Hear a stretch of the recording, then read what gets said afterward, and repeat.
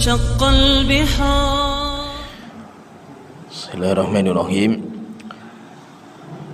إن الحمد لله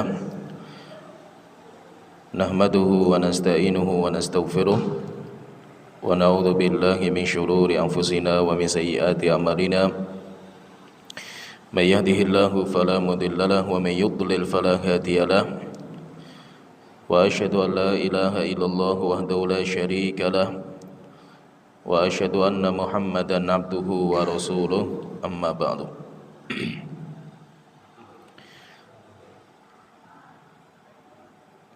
Kita melanjutkan pembahasan berkaitan dengan rukun iman, dan alhamdulillah kita sudah menyelesaikan pembahasan iman kepada Allah. Kemudian kita selesai juga iman kepada para malaikat, dan telah kita sebutkan bahwa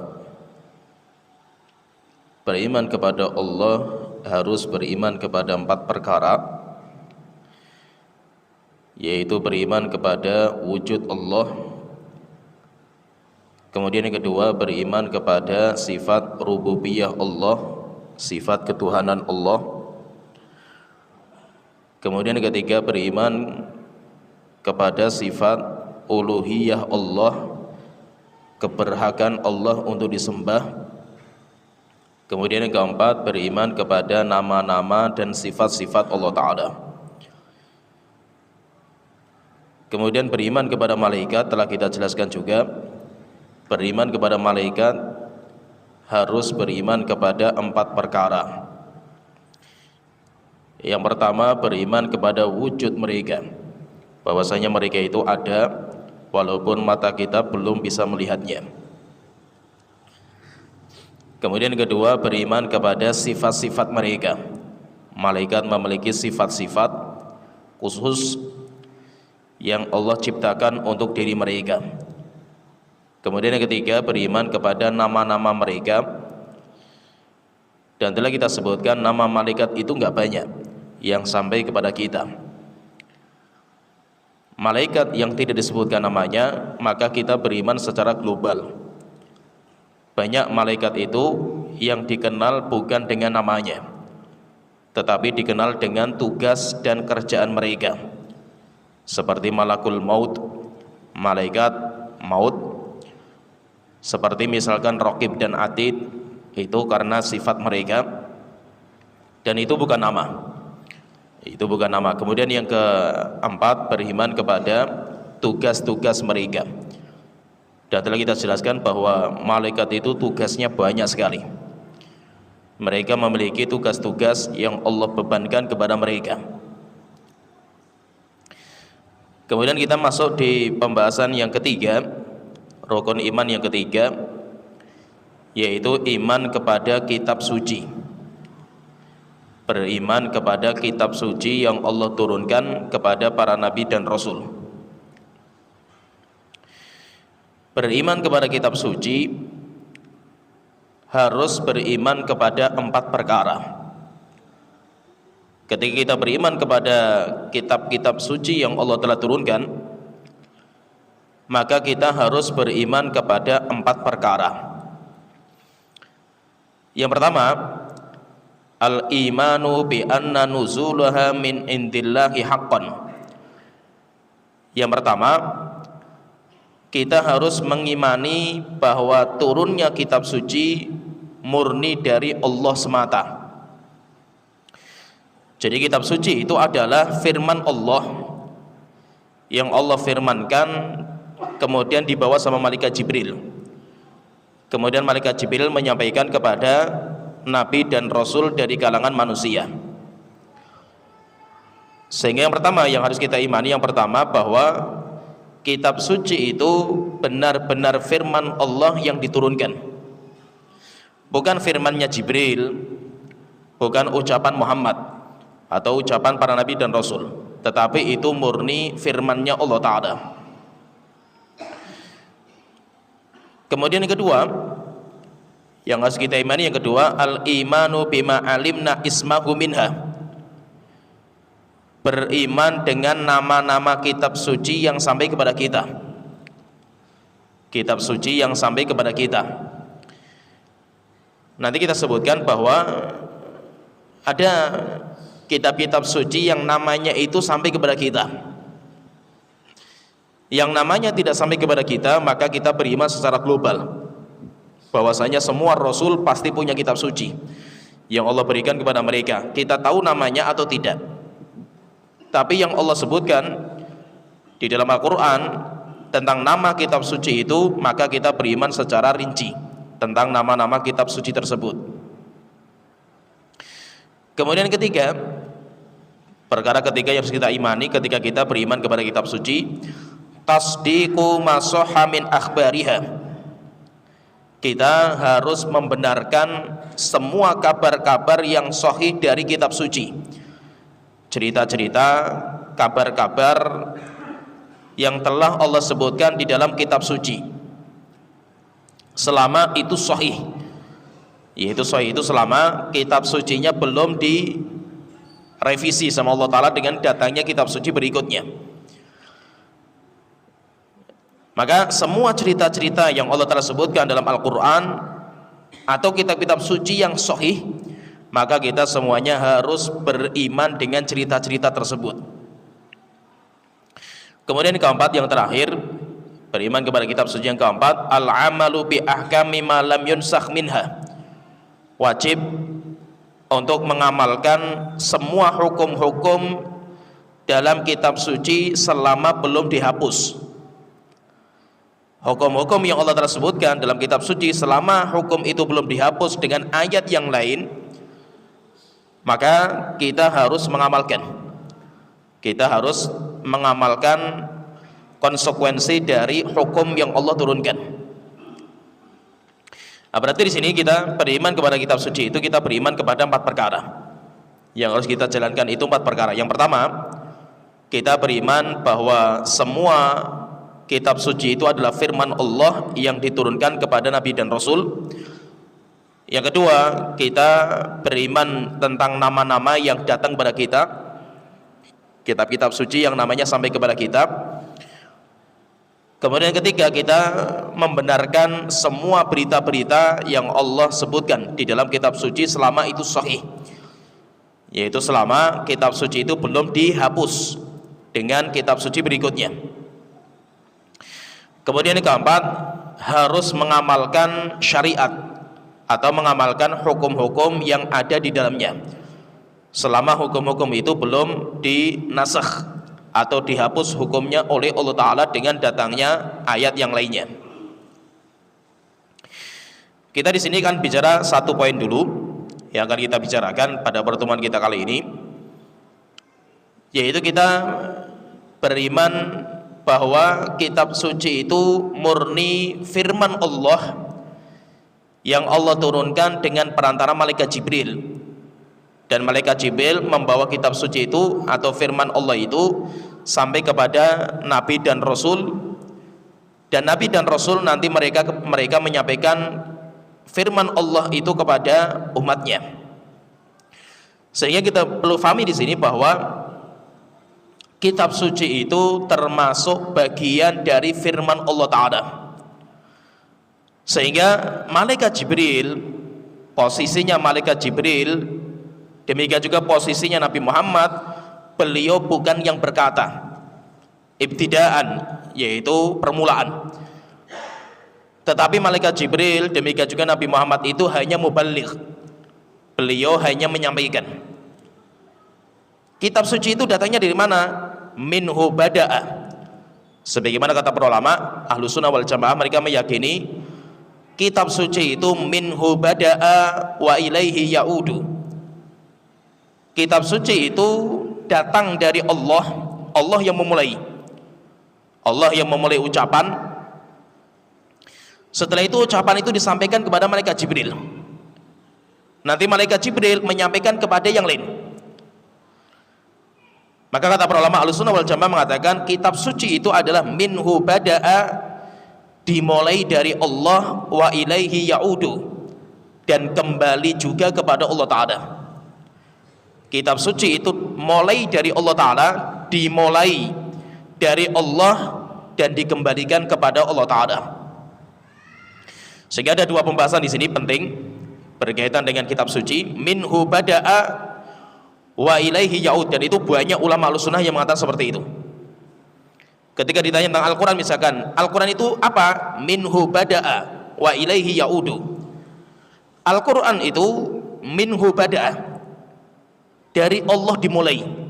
Jadi Allah yang pertama kali berfirman, berkata. Setelah itu malaikat Jibril mendengar, kemudian malaikat Jibril menyampaikan. Berarti malaikat Jibril itu hanya mubaligh. Malaikat Jibril itu hanya menyampaikan apa yang Allah firmankan. Kemudian kitab suci ini juga nanti minhu bada'a, kemudian yang kedua wa ilaihi ya'udu, dan kembali juga kepada Allah Ta'ala. Apa maksudnya kembali kepada Allah Ta'ala? Maka kata para ulama ada dua pendapat. Ada dua pendapat dalam masalah ini. Minhu bada'a, dimulai dari Allah Ta'ala, kitab suci itu. Wa ilaihi ya'udu, dan dikembalikan kepada Allah, itu maksudnya apa? Maka ada dua pendapat ulama dalam masalah ini. Yang pertama, wa ilaihi ya'udu, yaitu nanti di akhir zaman semua kitab suci itu akan dicabut sama Allah Ta'ala. Semuanya akan dicabut sampai di bumi itu tidak ada satu kitab suci pun yang tersisa. Semuanya akan dicabut. Kapan itu? Ketika sudah dekat dengan hari kiamat. Tidak mungkin ditegakkan hari kiamat sedangkan di bumi itu masih ada firman Allah Ta'ala. Maka nanti hari kiamat akan ditegakkan ketika bumi sudah tidak ada firman Allah. Kenapa? Karena firman Allah akan diangkat semuanya. Maka nanti di antara tanda-tanda hari kiamat itu Al-Quran itu akan dicabut. Al-Quran itu akan dicabut. Nanti semakin dekat dengan hari kiamat, bagaimana cara mencabutnya itu? Mencabutnya itu dengan diwafatkannya para ulama. Ulama dimatikan, dimatikan, sampai nanti datang waktu dicabut langsung sama Allah Ta'ala. Jadi nanti ada waktu terakhir, pencabutan terakhir itu langsung dicabut. Sehingga mushaf, sekarang kalau kita masih punya mushaf yang di dalamnya itu masih ada tulisan firman Allah Ta'ala, nanti datang waktu di mana tulisannya semuanya hilang. Sehingga kertasnya itu kita buka, yang dulunya itu masih ada tulisan, dibuka itu sudah nggak ada tulisannya, semuanya dihapus semuanya. Demikian juga ada orang yang mereka masih punya hafalan di hati. Alhamdulillahirabbil alamin, Ar-Rahmanir-Rahim, masih hafal. Firman Allah Ta'ala masih bisa dihafal dalam hati. Orang itu tidur, bangun, sudah hilang semua hafalan mereka. Sehingga Al-Quran yang tercatat di dalam kertas atau kitab semuanya terhapus, dan Al-Quran yang dihafal dalam hati semuanya hilang. Sehingga orang sama sekali tidak punya hafalan. Bahkan Rasulullah mengatakan, la taqumu sa'ah, tidak mungkin terjadi hari kiamat hatta la yuqala fil ardi Allah Allah, sampai di bumi itu tidak disebutkan nama Allah lagi. Jadi sampai nama Allah pun orang nggak tahu. Nama Allah itu sampai nggak tahu. Kenapa? Semuanya dicabut sama Allah Ta'ala. Ini pendapat yang pertama. Jadi minhu bada'a wa ilaihi ya'udu. Al-Quran itu dimulai dari Allah dan diakhiri kepada Allah Ta'ala, atau dikembalikan kepada Allah Ta'ala. Apa maksudnya dikembalikan itu? Maka pendapat yang pertama, akan dicabut semuanya, termasuk kitab Taurat, kitab Injil, kitab Zabur yang masih di tangan orang. Jika memang itu firman Allah, nanti akan dihapus. Misalkan kitab Injil, nanti kitab Injil sekarang ini, apakah semua kitab Injil itu palsu? Kita katakan tidak. Ada yang dirubah, ada yang masih asli, ada juga yang sudah dirubah. Cuma karena kita nggak tahu mana yang asli dan mana yang sudah dirubah, kita ganti semuanya dengan Al-Quran yang muhaimin. Al-Quran itu sifatnya muhaimin. Muhaiminan alaihi, yaitu yang menjaga kebenaran di kitab-kitab suci sebelumnya. Sehingga kalau masih ada kebenaran di kitab Taurat, di kitab Zabur, kitab Injil, maka di Al-Quran itu masih ada, dijaga. Sehingga kita nggak butuh lagi kitab Taurat dan Injil, nggak butuh. Tapi kalau memang kitab Taurat atau kitab Injil, jika masih ada firman Allah yang asli, itu nanti semuanya akan dicabut. Sehingga semua firman Allah nanti di muka bumi semuanya akan hilang. Semuanya akan dikembalikan kepada Allah Ta'ala sebelum hari kiamat ditegakkan. Ini pendapat yang pertama. Pendapat yang kedua, wa ilaihi ya'udu, kitab suci itu dikembalikan kepada Allah Ta'ala. Maksudnya sifat kembali kepada mausuf. Sifat itu kembali kepada yang disifati. Misalkan gini, saya di antara sifat saya itu, misalkan saya itu hidup. Hidup itu adalah sifat saya. Maka sifat hidup itu wa ilaihi yaudu, kembalikan kepada yang memiliki sifat itu siapa gitu. Maksudnya di sini, ini pembahasan penting sekali. Maksudnya itu Al-Qur'an itu, demikian juga kitab Taurat, Injil, Zabur, termasuk bagian dari firman Allah. Firman Allah. Dan firman Allah itu sifat Allah. Firman Allah itu adalah sifat Allah. Maka sifat Allah kembali kepada Allah yang disifati. Maksudnya apa? Kalau seandainya Allah itu bukan makhluk, maka sifat Allah pun juga bukan makhluk. Sehingga ketika kita katakan Al-Quran itu minhu bada'a wa ilaihi ya'udu, dimulai dari Allah dan dikembalikan kepada Allah, maksudnya jika Allah itu bukan makhluk, maka Al-Quran yang merupakan sifat Allah, Al-Quran yang merupakan bagian dari sifat Allah, maka berarti Al-Quran itu juga bukan makhluk. Karena kalau zatnya makhluk, saya misalkan zat saya makhluk, zat saya makhluk, semua sifat yang keluar dari zat saya, maka semuanya makhluk. Karena semuanya sifat kepada zat. Ketika zatnya itu makhluk, maka sifat itu adalah sifat makhluk. Sedangkan Allah, zat Allah itu sang khalik, Allah bukan makhluk. Maka semua sifat yang muncul dari Allah, semuanya itu bukan makhluk. Maka termasuk Al-Quran. Maka Ahlussunnah wal Jamaah kita meyakini, dulu kita pernah bahas panjang lebar tentang sifat Allah Ta'ala. Ahlussunnah wal Jamaah mereka meyakini bahwa Al-Quran itu adalah firman Allah, kalamullah, ghairu makhluk. Firman Allah dan Al-Quran bukan makhluk. Tetapi Al-Quran itu adalah sifat Allah Ta'ala, salah satu dari sifat Allah. Ketika Allah bukan makhluk, maka sifat yang mensifati Allah pun bukan makhluk. Karena tidak mungkin keluar dari Allah makhluk, atau masuk dalam diri Allah makhluk juga. Tidak mungkin. Tidak mungkin sang khalik itu diliputi dengan makhluk, sehingga tidak mungkin keluar dari Allah itu makhluk. Demikian juga tidak mungkin kembali kepada Allah itu makhluk. Ketika Allah itu adalah sang khalik, maka yang keluar dari Allah adalah sifat Allah Ta'ala yang bukan makhluk. Demikian juga yang kembali kepada Allah adalah sifat Allah yang bukan makhluk. Maka ini pendapat yang kedua dari pendapat para ulama yang mengatakan Al-Quran itu minhu bada'a wa ilaihi ya'udu. Al-Quran itu adalah firman Allah yang dimulai dari Allah, kemudian Al-Quran itu nanti akan dikembalikan kepada Allah Ta'ala. Maka kita sebutkan bahwa dikembalikan kepada Allah itu ada dua penafsiran. Yang pertama, semuanya dicabut dan semuanya diangkat oleh Allah ke atas langit sebelum hari kiamat ditegakkan, sehingga semuanya dikembalikan. Firman-firman Allah itu, kitab-kitab suci, semuanya dikembalikan kepada Allah Ta'ala. Ada yang mengatakan firman Allah itu adalah sifat Allah, dan sifat Allah kembali kepada yang disifati. Ketika yang disifati itu adalah bukan makhluk, maka sifat yang mensifati pun bukan makhluk. Berarti kita katakan berarti Al-Quran itu firman Allah dan Al-Quran bukan makhluk.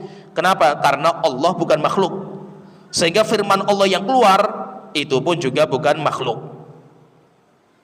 Intinya pembahasan pertama yang akan kita bahas di sini bahwa Al-Quran itu murni firman Allah yang diturunkan kepada para nabi dan rasul. Diturunkan kepada para nabi dan rasul. Dan telah kita sebutkan bahwa Rasul itu perantara. Rasul itu utusan, Rasul itu delegasi, duta. Itu namanya Rasul. Jadi antara kita manusia, makhluk, hamba, sampai kepada sang khalik yaitu Allah, itu melalui perantara. Maka tidak mungkin Allah itu langsung berfirman kepada kita, ngomong sama kita, nggak mungkin. Kenapa? Karena saking mulianya Allah Ta'ala, sehingga Allah itu harus ba'in min khalqih. Kata para ulama Akidah Ahlussunnah wal Jamaah mengatakan Allah itu harus jauh dari hambanya, zatnya Allah Ta'ala, sehingga tidak mungkin Allah itu menyatu dengan hamba. Allah itu ba'in min khalqih, Allah itu jauh dari hambanya, Allah itu jauh dari hambanya. Maka Allah untuk menyampaikan sesuatu, perintah atau larangan kepada hambanya tidak langsung, tapi Allah itu melalui perantara-perantara. Allah itu menyampaikan sesuatu kepada hambanya melalui perantara-perantara. Perantara-perantara Allah ini yang dinamakan dengan Rasul. Mereka adalah orang-orang yang mendapatkan wahyu. Dan telah kita sebutkan, Rasul Allah, perantara Allah itu ada dua macam. Rasul, perantara Allah atau utusan Allah itu ada dua. Jadi utusan Allah yang menyampaikan apa yang Allah inginkan. Allah berfirman apa, Allah memerintahkan apa, Allah melarang apa, Allah menceritakan apa. Maka semua yang Allah inginkan kepada hambanya, Allah sampaikan lewat perantara. Perantara itu namanya Rasul. Dan Rasul Allah itu nanti ada dua macam. Yang pertama dinamakan dengan Rasulul Malaki. Yang pertama namanya Rasul Malaki, Rasul dari kalangan malaikat. Jadi dari Allah menyampaikan kepada Rasulnya malaikat, yaitu malaikat Jibril. Maka itu malaikat Jibril dinamakan dengan Rasul, Rasulun Amin. Malaikat Jibril itu adalah Rasul Allah yang terpercaya, Rasulnya Allah yang terpercaya, tapi dari kalangan malaikat. Kemudian yang kedua, Rasul yang kedua itu Rasul Al-Insi, Rasul dari kalangan manusia. Berarti Rasul Malaki dari kalangan manusia. Kemudian yang kedua Rasulul Insi, Rasul dari kalangan manusia. Yaitu siapa? Para nabi dan Rasul yang mendapatkan wahyu dari Allah Ta'ala. Sehingga dari Allah menyampaikan sesuatu kepada Rasul malaikat, yaitu malaikat Jibril. Malaikat Jibril turun menyampaikan kepada Rasul dari kalangan manusia, entah itu nabi atau Rasul. Nanti Rasul dari kalangan manusia menyampaikan kepada semua manusia, menyampaikan kepada manusia. Baru akhirnya manusia itu tahu, oh Allah Tuhan saya itu memerintahkan ini, oh Allah Tuhan saya itu melarang dari seperti ini, oh Allah Tuhan saya itu menceritakan cerita-cerita seperti ini, cerita yang akan datang, surga, neraka. Dari mana kita mendapatkan informasi seperti ini? Kita mendapatkan informasi dari Rasulnya manusia. Rasulnya manusia dari mana dapatnya informasi itu? Mereka mendapatkan dari Rasulnya malaikat. Rasulnya malaikat dapatnya dari mana? Mereka mendapatkan langsung dari Allah Ta'ala. Berarti menunjukkan apa? Menunjukkan bahwasanya ilmu itu harus bersambung. Ilmu itu harus bersambung. Dinamakan dengan sanad. Sanadnya dari mana? Maka ilmu yang bisa menyampaikan kita kepada surga adalah ilmu yang datang dari Allah Ta'ala. Semua ilmu yang datang bukan dari Allah tidak akan bisa menyampaikan ke surga Allah Ta'ala. Tetapi apa yang Allah inginkan, sekarang Allah itu pengen apa untuk saya gitu, untuk saya itu Allah itu ingin saya itu untuk jadi apa gitu. Maka kita nggak bisa sampai kepada Allah, nggak bisa, tidak bisa kita itu bisa menembus sampai ke keinginan Allah Ta'ala, nggak bisa. Kita tidak bisa sampai kepada Allah kecuali lewat perantara, kecuali kita itu lewat perantara. Perantaranya siapa? Perantaranya manusia sampai ke Rasulnya manusia, Rasulnya manusia sampai kepada malaikat, malaikat sampai kepada Allah Ta'ala. Akhirnya baru ilmu itu bersumber dari Allah Ta'ala. Al-haqqu min rabbikum, kebenaran itu datangnya dari Allah Ta'ala. Selain yang datang dari Allah, maka itu bukan kebenaran. Cuma yang menjadi PR kita ini, yang menjadi PR kita itu, kebenaran yang datang dari Allah itu yang mana? Kebenaran yang datang dari Allah itu yang mana? Kita nggak bisa nembus sampai ke sana. Kecuali apa? Kita cari perantara. Siapa perantara kita? Guru kita, ulama kita. Ulama kita dapatnya dari mana? Dari gurunya. Guru kita dari mana? Dari gurunya lagi. Dari gurunya sampai kepada tabiin, sampai kepada sahabat, sampai kepada Rasulullah, sampai kepada malaikat Jibril sampai kepada Allah Ta'ala. Akhirnya apa? Ilmu itu bersumber dari sumber yang jelas. Ilmu agama itu bukan karangan kita, sehingga kita tidak bisa mengotak-ngatik agama dengan otak kita. Akhirnya kita katakan, oh mungkin yang benar seperti ini, mungkin yang baik seperti ini. Maka kita katakan, baik versi Anda belum tentu baik versi Allah Ta'ala. Allah tidak akan menerima amal kecuali yang masuk kriteria Allah Ta'ala. Pertanyaan terus, kriteria Allah itu apa? Kita tidak akan tahu kriteria Allah kecuali dari apa yang disampaikan oleh para nabi dan rasul. Karena mereka yang membawakan semua kriteria Allah Ta'ala. Intinya pahami di sini bahwa tidak bisa kita itu sampai kepada Allah langsung, tidak mungkin. Nah, itu kata para ulama mengatakan siapa yang mereka itu tidak membutuhkan ilmunya para nabi dan rasul, maka mereka adalah orang-orang kafir. Siapa yang mereka itu tidak membutuhkan ilmunya nabi dan rasul, langsung pengen sampai kepada Allah dengan akalnya sendiri, maka orang itu adalah orang-orang kafir. Orang-orang kafir, dan itu biasanya orang-orang seperti ini itu orang-orang filsafat. Demikian juga orang-orang yang mengedepankan akal dan perasaan. Dan itu banyak nanti orang-orang yang sufi ekstrim juga seperti itu. Karena orang-orang sufi ekstrim itu mereka nggak butuh nabi. Mereka tidak membutuhkan nabi. Bahkan mereka itu membagi agama nanti menjadi 4 tingkatan. Menjadi 4 tingkatan. Ada tingkatan syariat. Syariat itu adalah tingkatan orang yang masih mengikuti jalannya Nabi, mengamalkan semua yang diperintahkan oleh Nabi, meninggalkan apa yang dilarang sama Nabi, memfokuskan untuk mengikuti Nabi. Kata mereka itu jalannya orang bodoh. Kata mereka itu tingkatan syariat. Nanti mereka akan punya lagi metode sendiri, namanya dari syariat masuk ke thariqat. Thariqat itu apa sih? Thariqat itu kalau kita perlu pahami, thariqat itu apa? Jadi thariqah itu jalan. Thariqah itu metode, jalan. Maksudnya apa? Mereka itu bikin jalan sendiri menuju Allah tanpa lewat Nabi dan Rasul. Sehingga memang apa? Diskusinya kita dengan mereka itu nggak nyambung gitu loh. Kalau kita kan diskusinya masalah agama itu dalilnya mana? Ayatnya mana? Al-Qur'annya mana? Hadisnya mana? Firmannya Allah mana? Sabdanya Rasulullah mana? Mereka nggak butuh itu. Sehingga versinya mereka, selama Anda itu masih bertanya firman Allah, masih bertanya sabdanya Rasulullah, berarti Anda itu tingkatannya masih syariat. Itu kata mereka itu. Terus bagaimana caranya mereka itu? Mereka harus keluar dari tingkatan itu, naik ke tingkatan thariqat, yaitu apa? Mereka punya jalan sendiri menuju Tuhan. Mereka punya jalan sendiri. Nanti jalannya itu biasanya dinisbatkan kepada pencetusnya. Sehingga thariqat, nama-nama thariqat itu namanya pencetusnya. Tinggal pencetusnya siapa? Nanti ada thariqat ini itu, nah semuanya nama pencetus.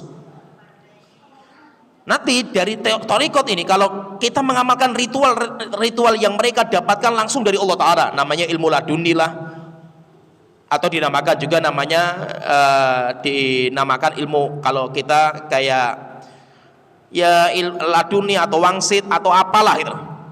Jadi kita itu kayak mencari sesuatu yang datang dari Allah Ta'ala. Sampai mereka itu kalau mengatakan, mereka itu mengatakan haddatsani qalbi an rabbi, Tuhanku hatiku mengabarkan kepada saya dari Tuhanku. Jadi saya itu bisa langsung menyampaikan ilmu dari Tuhan saya itu apa itu bisa, kata mereka itu. Nanti kalau sudah mengamalkan amal mereka, nanti tingkatannya sampai ke tingkatan hakikat. Dari thariqat masuk ke hakikat. Nanti kalau mereka sudah menyatu dengan Allah, istilahnya mereka sudah menyatu dengan Allah Ta'ala, maka nanti mereka itu masuk ke tingkatan ma'rifat. Sampai ada tokohnya mereka, namanya Ibnul Arabi. Ibnul Arabi itu pencetus akidah Wahdatul Wujud. Wahdatul Wujud itu bukan manunggaling kula Gusti, bukan. Wahdatul Wujud itu semua yang wujud adalah wujudnya Allah Ta'ala. Sehingga Allah itu menyatu dengan wujudnya makhluk. Mereka mengatakan, yaitu kata orang ini mengatakan dalam kitab syairnya itu, dia mengatakan martabatun nubuwati fawaiqir rasul wadunal wali. Coba kita lihat tingkatannya mereka ya. Mereka bikin tingkatan manusia itu, kata mereka, kata orang ini mengatakan martabatun nubuwati fi barzakhin. Tingkatan nabi, kenabian, kalau dilihat dari garisnya itu, garis tingkatannya itu fawaiqir rasul, dia mengatakan di atasnya rasul sedikit, wadunal wali, di bawah jauh kewalian. Berarti kalau kita lihat tartibnya mereka, versinya mereka itu, versinya orang ini, ya ini menjadi tokohnya mereka ini, orang ini. Berarti tartibnya itu apa? Yang paling bawah itu Rasul. Rasul itu manusia paling bodoh, istilahnya mereka itu. Rasul itu manusia paling bawah derajatnya. Demikian juga pengikut Rasul itu bodoh. Kata mereka, di atasnya Rasul Nabi. Nabi itu di atasnya sedikit. Jadi Rasul di atasnya sedikit itu Nabi. Sehingga dia mengatakan martabatun nubuwati fi barzakhin fuwaiqir Rasul. Fuwaiq itu di atasnya sedikit, nempel sedikit dari kerasulan. Jadi Nabi itu di atasnya Rasul. Setelah itu dia apa kata dia? Wadunal wali, di bawahnya jauh kewalian. Sehingga bahwa wali itu manusia paling tinggi kata mereka itu. Di bawahnya wali jauh Nabi. Nabi di atasnya sedikit Rasul. Setelah itu apa? Rasul itu paling bawah. Sampai mereka itu kalau memberikan bahasa istilah mereka itu, kalau mereka bikin gambaran, jadi kalau mereka bikin gambaran itu, jadi gambarannya ini seperti samudra ilmu Allah Ta'ala. Jadi ada samudra ilmu atau samudra ilmu Allah Ta'ala. Kalau Rasul ibaratnya kayak orang yang baru menatap samudra, kata mereka itu kayak gitu. Jadi menatap dari jauh, kayak kita lah, kita di pantai, kita lihat dari jauh pantai. Itu namanya orang yang masih tingkatan Rasul. Ilmunya cuma sekedar pandangan, penglihatan saja. Sedangkan Nabi, dia sudah melepas bajunya untuk siap berenang, tapi dia belum punya ilmu untuk berenang. Sedangkan wali sudah mengarungi samudra sampai ke dasar-dasarnya tahu. Itu kata mereka itu. Sehingga apa? Sehingga wali itu sudah punya semua ilmu samudranya Allah Ta'ala. Sedangkan Nabi dan Rasul mereka nggak punya. Maka itu apa? Kenapa kok mereka itu luar biasa lah, kalau sama wali itu luar biasa itu. Kenapa? Karena mereka doktrinnya seperti itu. Doktrinnya mereka seperti itu. Intinya kita katakan, siapa yang pengen sampai kepada Allah tanpa perantara Nabi dan Rasul, Rasul manusia atau Rasul jin, maka dia semuanya kesesatan. Tidak akan sampai kepada surga Allah Ta'ala kecuali dengan jalan yang sudah dibuka sama para Nabi dan Rasul. Kalau itu sampai Imam Al-Qayyim rahimahullah ta'ala beliau mengatakan kullut turuqi ilallahi masdudah. Semua metodologi Thariqah, yaitu Thariqah itu metode, jalan yang sampai menunjukkan kepada Allah Ta'ala semuanya buntu. Kata beliau mengatakan semuanya buntu illa ma fatahahu Rasulullah sallallahu alaihi wasallam, kecuali jalan yang sudah dibuka sama Nabi dan Rasul. Jadi Nabi dan Rasul itu apa sih tugasnya mereka itu? Mereka itu membukakan jalan kepada umatnya untuk sampai kepada Allah Ta'ala. Untuk sampai kepada Allah Ta'ala. Kenapa? Tidak akan bisa kita sampai kepada Allah tanpa mereka. Tanpa mereka. Kenapa? Karena Allah nggak bisa memerintahkan langsung kepada kita. Allah tidak mungkin langsung ngomong sama kita, ini yang benar, ini yang salah, ini yang saya inginkan. Nggak bisa. Allah itu menyampaikan kepada perantara. Perantara menyampaikan kepada perantara, perantara menyampaikan kepada perantara, terus sampai kepada kita. Maka apa? Tidak bisa kita itu ilmu itu dengan kita karang. Kenapa? Karena sanadnya akan terputus. Sehingga kalau zaman dulu itu, ulama-ulama kita zaman dulu itu, setiap ada orang menyampaikan sesuatu masalah agama, maka ditanyakan, qalu sammu lana rijalakum, dari mana kalian dapat ini? Kalian mendapatkan itu dari mana?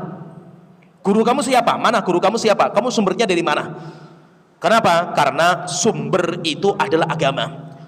Sampai kata Muhammad bin Sirin, Imam Muhammad bin Sirin, ulama tabi'in, beliau mengatakan innal islam dinun. Ketahuilah bahwasanya ilmu sanad, sumber ilmu kita itu sumbernya kepada mana itu? Itu adalah agama. Fangduru amman ta'khuduna dinakum. Coba kalian lihat sumber kalian dari mana? Sumber agama kalian itu dari mana? Kalau kita sumbernya otak, ya berarti itu Tuhan kita.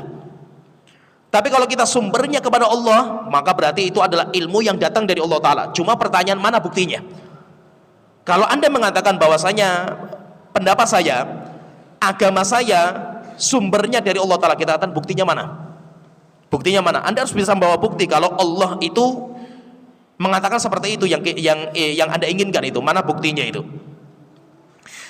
Maka yang perlu kita pahami di sini, saudara jamaah yang dirahmati Allah Ta'ala, bahwa Allah itu ketika berfirman, yang firman Allah itu nanti akan menjadi patokan kehidupan manusia, kurikulum kehidupan. Firmannya Allah itu nanti akan menjadi kurikulum kehidupan. Kayak kita kalau melihat atau kita itu beli barang-barang elektronik, Misalkan kali kita beli HP, kita beli motor, kita beli televisi, kita beli kulkas, mesti dalam satu produk itu mesti ada buku panduan dari pabriknya. Bagaimana cara yaitu menjalankan produk ini itu kayak apa gitu. Itu kayak kurikulumnya. Kalau kita itu menjalankan alat ini sesuai dengan kurikulumnya, maka manfaatnya akan besar. Tapi kalau kita itu tidak menjalankan sesuai dengan kurikulumnya, hancur itu. Demikian juga Allah ketika menciptakan kita. Allah menciptakan kita, Allah punya kurikulum. Allah itu kayak punya SOP-nya, SOP kehidupan. Apa itu SOP-nya itu? Firman Allah yang Allah turunkan kepada kita. Nanti menjadi sebuah kitab suci. Maka kitab suci ini sebagai kurikulum kehidupan. Sebagai kurikulum kehidupan. Kalau kita itu tidak memakai kurikulum Allah Ta'ala dalam kehidupan kita, pasti kita tidak akan sampai ke surga Allah Ta'ala. Akhirnya apa? Nanti kita akan menyimpang perjalanan kita. Kalau sudah menyimpang perjalanan kita, maka nanti hukumannya pasti neraka jahanam. Hukumannya pasti neraka jahanam. Maka itu Allah Ta'ala ketika berfirman, firman Allah itu sebuah kurikulum kehidupan sebagai patokan kehidupan manusia. Dari situ nanti akhirnya manusia itu punya jalur. Ibaratnya kayak kita itu mapnya. Kita mau kemana ini? Kita mau ke surga. Surga itu ada mapnya. Mapnya apa ini? Kita punya mapnya itu. Maka kita tidak boleh keluar dari map. Keluar sedikit tersesat kita ini. Maka itu apa? Firman Allah itu Allah jadikan sebagai map kehidupan kita. Sebagai jalur kita untuk sampai ke surga Allah Ta'ala. Tanpa itu kita nggak bisa. Maka itu kita meyakini bahwasanya kitab suci itu murni firman Allah yang Allah sampaikan kepada perantara utusan Allah Ta'ala, kemudian nanti utusan Allah menyampaikan sampai kepada kita, dan kita harus menjadikan kitab suci yang Allah turunkan kepada kita ini sebagai pedoman kehidupan kita. Sebenarnya firman Allah itu banyak dan gak terhingga. Allah itu berfirman gak pernah bisa dihitung, tidak bisa ditulis itu sampai gak bisa itu. Maka kita katakan Al-Quran, kitab Taurat, kitab Zabur, kitab Injil, kitab-kitab suci para nabi dan rasul itu bagian dari firman Allah. Bukan itu firman Allah semua, bukan. Kenapa? Karena firman Allah itu jumlahnya nggak terhingga. Sampai Allah Ta'ala berfirman dalam surat Kahfi yang sering kita baca di akhir-akhir. Allah Ta'ala berfirman, "Qul law kanal bahru midadan li kalimati rabbi." Jika seandainya lautan dijadikan sebagai tinta untuk menulis semua firman Allah Ta'ala, lanafidal bahru qabla an tanfada kalimatu rabbi. Niscaya tinta itu akan habis sedangkan firman Allah belum habis. Walau ji'na bimithlihi madada, walaupun kami datangkan dengan tinta sebanyak lautan itu juga untuk mencatat semua firman Allah nggak akan mampu. Menunjukkan apa? Menunjukkan bahwasanya firman Allah itu jumlahnya nggak terhingga.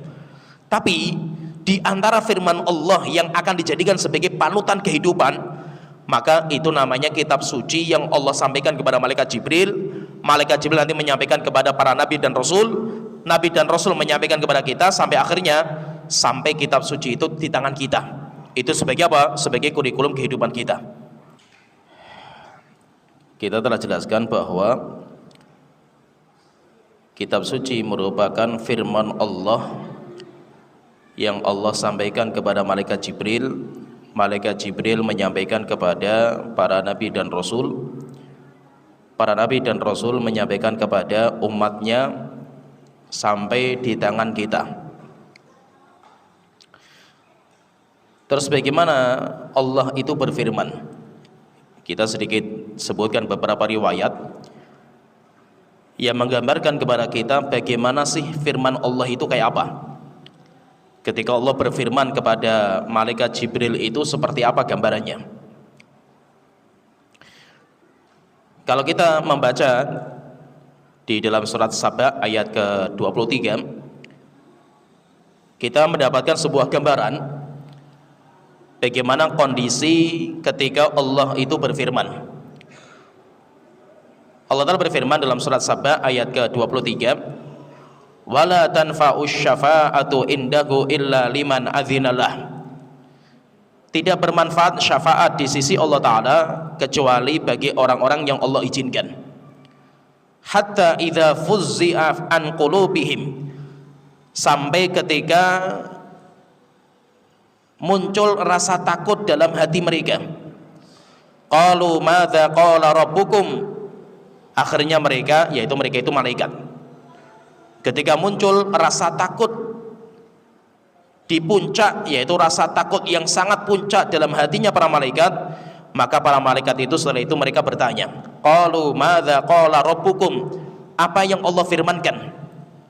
Qalul haqqa wa huwal aliyyul kabir, maka mereka mengatakan ucapan yang benar, ucapan yang benar, firman yang benar, wa huwal aliyyul kabir, dan dialah Allah yang maha tinggi dan Allah itu maha besar. Ada sebuah riwayat, saya sebutkan beberapa riwayat nanti sebagai gambaran kepada kita bagaimana kondisi langit ketika Allah itu berfirman. Setelah itu nanti malaikat Jibril itu sampai mendengar, malaikat Jibril sampai menyampaikan itu gimana caranya itu. Ada beberapa riwayat sahih, saya bacakan dari Abu Hurairah radhiyallahu anhu. Ada 3 riwayat, saya bacakan ada 3 riwayat. Dalam hadis yang sahih dari Abu Hurairah radhiyallahu anhu, Rasulullah sallallahu alaihi wasallam beliau bersabda, "Idza qadallahu al-amra fis sama'." Jika Allah memutuskan sebuah perkara, yaitu Allah berfirman memutuskan sebuah perkara, yaitu amr ini ya bisa perintah, bisa larangan, demikian juga bisa kejadian, tsunami, gempa bumi dan yang lainnya lah, itu namanya al-amr fis sama', dan Allah waktu itu di atas langit, yaitu Allah tetapkan di atas langit. Darabatil malaikatu bi ajnihatiha khud'anan liqaulihi, maka para malaikat mereka memukul-mukulkan sayap mereka. Jadi kayak istilahnya kayak burung, ketika burung itu turun maka burung itu mengepak-ngepakkan sayapnya itu. Untuk apa? Khud'anan liqaulihi, karena tunduk terhadap apa yang Allah firmankan. Ka'annahu silsilatun ala safwanin, sampai akhirnya malaikat itu ketika mendengar suara Allah, firmannya Allah, malaikat itu ketakutan. Yaitu kenapa? Karena mereka itu ketakutan, malaikat ini, sampai akhirnya sayapnya malaikat itu dikepak-kepakkan sampai kemericik, yaitu berdetakan dadanya malaikat, yaitu takutnya malaikat itu, sampai seperti, yaitu gambarannya itu kayak suara rantai yang ditarik di atas batu. Jadi rantai di atas batu-batuan itu ditarik, ada suara kericik-kericiknya itu. Jadi suaranya itu kayak besi, yaitu hatinya malaikat itu bergejolak. Kenapa? Karena saking takutnya dengan firman Allah Ta'ala. Hatta idza fuzzi'a an qulubihim, sampai akhirnya Allah selesai berfirman, setelah itu hatinya malaikat mulai turun, rasa takutnya mulai hilang, rasa takutnya berdebar-debarnya itu mulai hilang. Qala rabbukum, akhirnya mereka bertanya, madza qala rabbukum, akhirnya mereka itu bertanya kepada salah satu di antara mereka. Nanti malaikat Jibril, kalau kita baca riwayat yang kedua, siapa itu yang pertama kali mendengar? Nanti malaikat Jibril. Maka nanti mereka itu ngobrol di antara mereka di langit. Mereka itu pada ngobrol, tanya di antara mereka, madza qala rabbukum, apa yang Allah firmankan? Qalul haqqa wa huwal aliyyul kabir, sebagaimana dalam surah Saba yang tadi dibacakan. Maka mereka mengatakan Allah itu berfirman dengan kebenaran, wa huwal aliyyul kabir, dan Allah maha tinggi dan maha besar. Akhirnya firman Allah yang sudah Allah tetapkan di atas langit menjadi obrolan para malaikat. Siapa yang pertama kali mendengar? Yang pertama kali mendengar itu malaikat Jibril. Demikian juga yang malaikat yang paling dekat dengan Allah Ta'ala, siapa itu? Hamalatul Arsh. Nanti mereka menyampaikan kepada bawahnya, sampai semua malaikat mendengar, mengetahui semua firman Allah Ta'ala. Setelah itu baru nanti disampaikan ke bumi.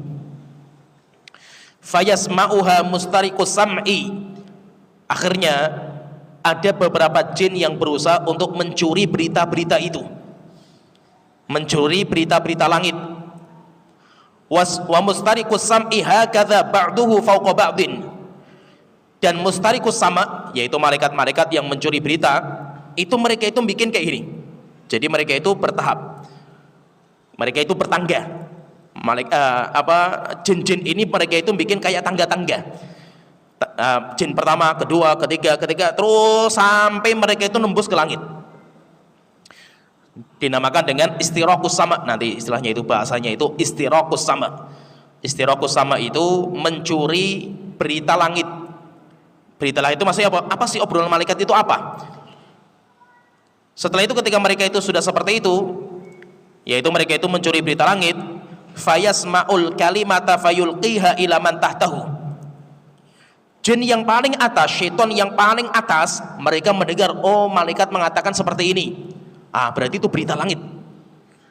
Misalkan Allah memutuskan kejadian, misalkan ya, terjadi tsunami di tempat ini pada tanggal sekian. Syaitan itu mendengar suara malaikat ini. Berarti satu berita penting. Akhirnya jin ini menyampaikan kepada yang di bawahnya. Nanti yang bawahnya nyampaikan kepada yang bawahnya, bawahnya kepada bawahnya, terus sampai ke dukun, sampai ke tukang ramal, sampai ke ya seperti itulah, tukang ramal, dukun, tukang sihir. Tsumma yulqihal akharu ila man tahtahu hatta yulqiha ala lisani sahir awil kahin. Sampai berita itu kepada tukang sihir atau tukang dukun, tukang ramal. Farubbama adrakahu syihabu qabla ayulqiyaha. Terkadang jin yang atas yang mendengar berita itu, sebelum menyampaikan yang ke bawah, mereka disikat dengan bintang-bintang atau meteor-meteor, atau mereka disikat dengan halilintar dari atas sehingga beritanya nggak sampai ke bawah. Warubama alqaha qabla ayudrikahu. Dan terkadang mereka itu sempat menyampaikan sampai akhirnya apa? Beritanya tembus sampai ke bawah. Yaitu berita itu tembus. Kenapa? Karena mereka itu tidak terkena sembaran api, semburan api dari atas langit. Fayakdzibu maha mi'ata kadzbatin. Tapi satu berita yang mereka curi dari atas langit, mereka bumbui dengan 100 kedustaan. Fayuqal, akhirnya ketika ramalan tukang ramal itu terjadi, misalkan ramalan apalah itu terjadi jedier persis dengan apa yang diramalkan, akhirnya orang-orang mengatakan alisa qad qala lana yaumu kadza wa kadza. Berarti benar itu tukang ramal itu benar, kejadian benar kan itu, berarti orang hebat dia itu. Fayusaddaqu bitilkal kalimatil lati sami'at minas sama. Akhirnya mereka mempercayai tukang-tukang sihir dan tukang-tukang ramal. Nah itu apa? Mungkin nggak ramalan tukang ramal itu benar? Mungkin 1% kemungkinan, tapi 99% itu kedustaan. Tapi orang lebih percaya yang 1% daripada yang 99. Coba kita lihat ya, kita orang cari ke dukun, tukang orang pinter atau paranormal, ramalan nomor misalkan ya, semua ramalannya nggak ada yang benar kecuali cuma sekali pernah benar gitu. Orang itu percayanya luar biasa, padahal cuma sekali benernya itu. Yang lain semuanya itu salah semua itu. Akhirnya apa? Orang itu mempercayai yang 1% daripada yang 99% semuanya dusta. Mungkin nggak mereka itu benar ramalannya? Bisa juga. Kenapa? Karena dari ramalan-ramalan dari semua yang sudah mereka curi dari berita langit itu. Hadis yang kedua yang berkaitan dengan ini, hadis dari Nawas bin Sam'an radhiyallahu anhu, beliau bercerita, qala Rasulullah sallallahu alaihi wasallam, Rasulullah sallallahu alaihi wasallam beliau bersabda, idza aradallahu ayyuhiya bil amri, Allah ketika berkeinginan untuk memberikan wahyu, Allah itu berkeinginan untuk menyampaikan wahyu, perintah atau larangan atau kejadian. Takallama bil wahyi, ketika Allah berfirman, akhadhatis sama'u minhu rajfatan, langit itu sampai guncang. Allah ketika berfirman, langit itu goncang. Aqala ra'datan syadidatan, atau kayak ada pukulan besar menimpa langit. Khaufan minallah, karena rasa takut mereka kepada Allah Ta'ala. Fa idza sami'a dzalika ahlus samawati sa'iqu, ketika penduduk langit itu mereka mendengar firman Allah, suara Allah, maka semuanya pingsan. Malaikat-malaikat di atas langit itu semuanya pingsan. Wa kharru lillahi sujada, dan mereka semuanya bersimpuh sujud kepada Allah Ta'ala karena rasa takutnya mereka. Kalau tadi kan rasa takutnya sampai seperti suara rantai yang ditarik di atas batu. Fayakunu awwala man yarfa'u ra'sahu Jibril, dan malaikat yang pertama kali mengangkat kepalanya itu adalah malaikat Jibril. Fayukallimuhu Allahu min wahyihi bima aradah, akhirnya Allah itu bicara sama malaikat Jibril seperti apa yang Allah kehendaki. Akhirnya apa? Menjadi sebuah wahyu dari Allah Ta'ala. Akhirnya malaikat Jibril setelah selesai Allah berfirman, malaikat Jibril mendatangi para malaikat. Tsumma yamurru Jibril alal malaikati. Malaikat Jibril ketika melewati para malaikat, maka semua malaikat bertanya sama Jibril, "Madza qala rabbuna ya Jibril?" Wahai Jibril, apa yang telah Allah firmankan? Fayaqulu Jibril, maka Jibril mengatakan, qalal haqqa wa huwal aliyul kabir, kebenaran.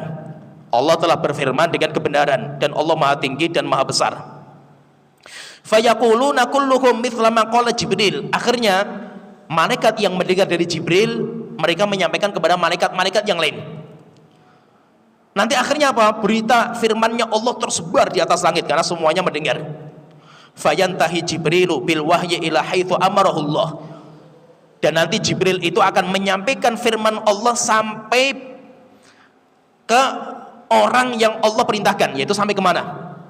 Kalau malaikat di atas langit sudah selesai, setelah itu baru Allah perintahkan, wahai Jibril, turun kamu ke bumi, sampaikan kepada Nabi ini. Akhirnya itu malaikat Jibril turun menyampaikan kepada Nabi dan Rasul yang ada di bumi. Hadis yang kedua, saya bacakan juga. Hadis yang kedua kita cepatkan. Dikeluarkan oleh Imam Ahmad, demikian juga oleh Imam Muslim, sahih. Dari Abdullah bin Abbas radhiyallahu anhu, beliau bercerita, karena Rasulullah sallallahu alaihi wasallam fi nafarin min ashabihi. Pernah suatu ketika Rasulullah sallallahu alaihi wasallam itu beliau safar dengan beberapa para sahabat dari kalangan orang Ansor. Di tengah jalan malam hari, farumiya binajmin fastanara. Tiba-tiba ada meteor jatuh. Ada meteor jatuh sampai akhirnya terang langit itu karena sinar meteornya itu. Akhirnya Rasulullah bertanya sama para sahabat, "Ma kuntum taquluna idza kana mithla hadza fil jahiliyah?" Wahai para sahabatku, bagaimana pendapat kalian dulu ketika masih di jahiliyah, ketika melihat meteor jatuh seperti ini, itu pendapat kalian apa? Apa yang kalian ucapkan? Mitos yang ada di antara kalian itu apa? Akhirnya mereka mengatakan, kunna naqulu yuladu azimun au yamutu azimun. Kami dulu wahai Rasulullah di zaman jahiliyah, kalau ada meteor jatuh, kita itu mengatakan berarti ada orang besar yang baru dilahirkan atau ada orang besar yang baru meninggal dunia. Akhirnya kata Rasulullah mengatakan, yaitu ketika menyampaikan seperti ini, Rasulullah mengatakan, fa innaha la yurma biha limauti ahadin wala li hayatihi. Ketahuilah bahwasanya meteor jatuh ini bukan karena lahirnya orang hebat atau bukan karena matinya orang hebat. Walakinna rabbuna tabaraka wa ta'ala idza qada amran. Tapi Allah itu kalau berfirman, Rasulullah bercerita, Allah itu kalau berfirman, sabbaha hamalatul arsy. Para malaikat penyangga arsy Allah Ta'ala namanya hamalatul arsy, yang kemarin kita sebutkan di pertemuan sebelumnya. Hamalatul arsy itu bukan nama, tapi tugas. Jadi ada malaikat-malaikat yang dinamakan, dikenal dengan julukan hamalatul arsy. Kenapa? Karena tugas mereka itu mengangkat singgasana Allah Ta'ala. Jumlahnya berapa mereka itu? Jumlahnya 8. Jumlahnya 8 malaikat. Dan singgasana Allah itu ada tiang. Ada tiang-tiangnya dan ada malaikat yang menyangga setiap tiangnya. Tiangnya ini namanya, penyangganya itu namanya hamalatul arsy, malaikat penyangga singgasana Allah Ta'ala. Jadi malaikat-malaikat hamalatul arsy mereka bertasbih, dan malaikat ini besarnya luar biasa. Yang sebelumnya, pertemuan sebelumnya kita bahas besarnya malaikat ini. Jadi malaikat ini dari telinga sampai ke pundaknya, kalau burung terbang nggak pernah berhenti, butuh waktu 800 tahun. Jadi pesawat jet misalkan terbang selama 800 tahun, itu baru sampai antara telinga malaikat dan pundaknya malaikat. Besarnya luar biasa. Jadi kalau Allah itu mau berfirman, malaikat hamalatul arsy itu mereka bertasbih itu sampai guncang langit itu dengan tasbihnya mereka. Idza qada amran sabbaha hamalatul arsy summa sabbaha ahlus sama'il ladzina yalunahum. Ketika tasbihnya malaikat hamalatul arsy didengar sama yang di bawahnya, malaikat-malaikat yang di bawahnya, maka malaikat yang bawahnya ikut bertasbih. Ketika malaikat yang di bawahnya dengar lagi, semuanya ikut bertasbih, sampai akhirnya langit itu goncang dengan tasbihnya para malaikat. Akhirnya hatta yablugha tasbihu hadhihi dunya, sampai tasbih Allah itu sampai ke dunia. Langit dunia itu langit pertama berarti itu. Tsumma yastakhbiru ahlus sama'il ladzina yaluna hamlatul arsy. Setelah itu malaikat-malaikat itu mereka mencari informasi. Apa yang sedang Allah firmankan apa? Mereka datang kepada malaikat hamalatul arsy untuk bertanya. Akhirnya mereka mengatakan, fayaquluna alladzina yaluna hamalatul arsy li hamalatul arsy. Malaikat di bawah hamalatul arsy, mereka tanya sama malaikat hamalatul arsy, karena hamalatul arsy itu paling dekat sama Allah Ta'ala. Mereka bertanya, madza qala rabbukum, wahai para malaikat hamalatul arsy, apa yang telah Allah firmankan? Fayukhbirunahum, akhirnya mereka mengabarkan, tadi Allah berfirman seperti ini. Akhirnya malaikat ini menyampaikan kepada yang bawahnya, bawahnya menyampaikan yang ke bawahnya, bawahnya sampai ke langit dunia. Sampai ke langit dunia. Langit dunia itu langit paling dekat dengan bumi. Hatta yantahi al-khabaru ila hadhihi sama, sampai kabarnya itu berhenti di langit dunia, maksudnya langit paling dekat. Fataktoful jinnu as-sam'a fayurmuna. Akhirnya jin itu, mereka itu berusaha untuk mendekati langit dunia. Mereka nggak bisa menembus, nggak, karena langit dunia itu ada pintu gerbang. Langit dunia itu ada pintu gerbang, nggak sembarangan orang bisa menembus. Tapi mereka itu mendekati, sehingga mereka itu punya tempat tinggal. Jin itu punya tempat-tempat duduk di sana, paling dekat dengan langit dunia. Akhirnya mencari informasi, mencari pendengaran, berita apa yang diobrolkan oleh para malaikat. Fayurmuna, tetapi mereka ada yang dilempar dengan meteor, sampai akhirnya mereka berjatuhan. Fama ja'u bihi ala wajhi fahuwa haqqun. Maka informasi yang bocor dari jin, jika memang itu informasi langit, maka itu benar. Itu benar dan akan terjadi. Walakinnahum yufarriquna fihi fayaziduna, tetapi mereka ketika turun, informasi turun, mereka itu menambahkan beberapa tambahan sampai akhirnya yang disampaikan ke bumi itu sudah banyak kedustaan. Oleh itu kalau kita perhatikan ya, dalam keyakinan kita, langit, kenapa Allah itu memberikan langit itu bintang-bintang yang banyak sekali jumlahnya? Sesuai dengan keyakinan kita, sebagaimana yang Allah sebutkan dalam Al-Quran, Allah itu menciptakan bintang itu karena satu dari tiga tujuan. Yang pertama, diciptakan bintang itu sebagai penghias langit. Walaqad zayyana as-samaa'a ad-dunya, kami telah hiasi langit dunia, sehingga kalau kita melihat langit dunia itu indah sekali karena perhiasan seperti itu. Yang kedua, langit itu diciptakan bintang-bintangnya itu sebagai adadas sinina wal hisab, sebagai penunjuk, bisa penunjuk tempat, ini timur, barat, utara, selatan, atau sebagai penunjuk waktu, sampai akhirnya ada tahun, bulan, ada juga hari, ada jam, itu karena bintang-bintangnya ada. Yang ketiga, tujuannya sebagai rujuman lisyayatin, tujuannya untuk melempar syaitan-syaitan yang mereka itu mencuri berita langit. Ya, mereka mencuri berita langit. Terkadang apa? Ada jin yang sedang mencuri berita langit dikejar sama api, sampai akhirnya mereka jatuh, tidak bisa mencuri berita langit. Sampai akhirnya terkadang ada di antara mereka yang berhasil. Tapi tambahan sedikit ya, tambah sedikit. Tapi ketika Nabi Muhammad itu diutus menjadi nabi, ada sebuah kejadian besar, sampai nanti akhirnya Allah turunkan surat jin. Silakan nanti dibaca surat jin, itu Allah turunkan. Kenapa Allah turunkan? Karena jin tidak bisa mencuri berita langit sama sekali.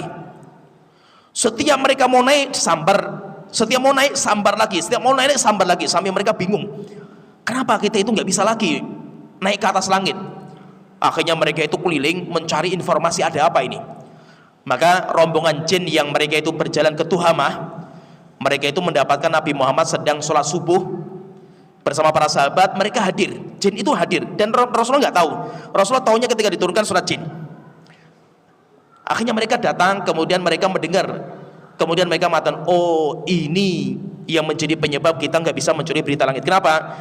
Karena wahyu ketika Allah ingin turunkan kepada Nabi Muhammad, langit disterilkan. Langit itu steril sehingga tidak ada jin-jin yang bisa mencuri berita. Murni wahyu yang Allah turunkan kepada Nabi Muhammad itu murni bersih, tidak ada campuran kedustaan dari jin-jin yang ada. Sehingga apa? Sehingga mereka tidak bisa mencuri berita sama sekali itu. Kenapa? Mereka jin pun mengatakan, oh ini penyebabnya karena Allah sedang menurunkan kitab suci. Akhirnya malah jin yang mendengar dari Nabi Muhammad tadi itu, mereka itu malah beriman sama Nabi Muhammad. Setelah itu pulang ngajak masyarakat tuh beriman, sampai akhirnya nanti mereka beriman berbondong-bondong masyarakat jin. Sampai akhirnya nanti ada kejadian kedua, Nabi Muhammad diminta untuk datang ke kabilahnya mereka. Akhirnya Rasulullah sendirian ke sana menyampaikan nasihat kepada para jin, dan jumlahnya besar sekali, jumlahnya jin banyak sekali. Sampai akhirnya Rasulullah pulang, kemudian Rasulullah ditanya sama para sahabat, ya Rasulullah engkau dari mana? Maka beliau cerita, saya tadi malam dipanggil sama kabilah jin, saya datang ke sana, kemudian saya memberikan nasihat kepada mereka. Setelah itu Rasulullah mengatakan, kalau kamu pengen tahu tempatnya mereka, saya tunjukkan. Kemudian para sahabat diajak sama Rasulullah, ditunjukkan apinya mereka, jin. Kemudian setelah itu tunjukkan makanannya mereka. Sampai akhirnya Rasulullah ditanya, ya Rasulullah, jin itu makanannya apa? Maka Rasulullah mengatakan, makanannya, bekalnya mereka tulang yang disebutkan nama Allah Ta'ala.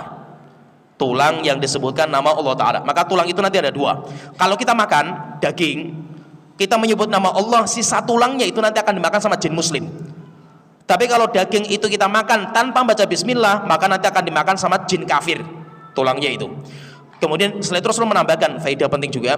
Rasulullah mengatakan, dan kotoran binatang kalian, kita punya binatang, kotoran binatang kita itu akan menjadi rumput bagi binatangnya jin. Maka Rasulullah mengatakan, maka kalian itu jangan istinja. Istinja itu kalau kita kencing, cebok, kalau nggak ada air, itu kalau zaman dulu kan pakai batu atau pakai tisu misalkan. Rasulullah mengatakan, jangan istinja, cebok dengan tulang dan kotoran binatang. Kenapa nggak boleh pakai tulang dan kotoran binatang? Rasulullah mengatakan, fa innaha ta'amu ikhwanikum minal jin, karena itu makanan bagi saudara kalian dari kalangan jin, yaitu tulang dan kotoran binatang. Kalau tulang itu makanan bagi jin, kalau kotoran binatang kita itu merupakan rumput makanan bagi binatang-binatangnya jin. Jin juga punya binatang. Jin itu mereka juga punya binatang, dan mereka makannya itu kotoran binatang kita. Cuma gambarnya seperti apa? Wallahu alam, karena itu sudah alam berbeda. Itu sudah alam berbeda sehingga tidak bisa kita gambarkan dengan akal kita. Ya, sampai di sini pembahasan kita. Maaf ini panjang, pembahasan tambah sedikit, tapi nggak apa-apa, penting. Nanti insya Allah kita bahas lagi tentang masalah iman kepada kitab suci. Kita bahas pada pertemuan berikutnya. Sampai di sini wa akhiru da'wana alhamdulillahirabbil alamin. Subhanakallahumma wa bihamdika la ilaha illa anta astaghfiruka wa atubu ilaik. Wa sallallahu alaihi Muhammad wa ala alihi wa sahbihi ajmain.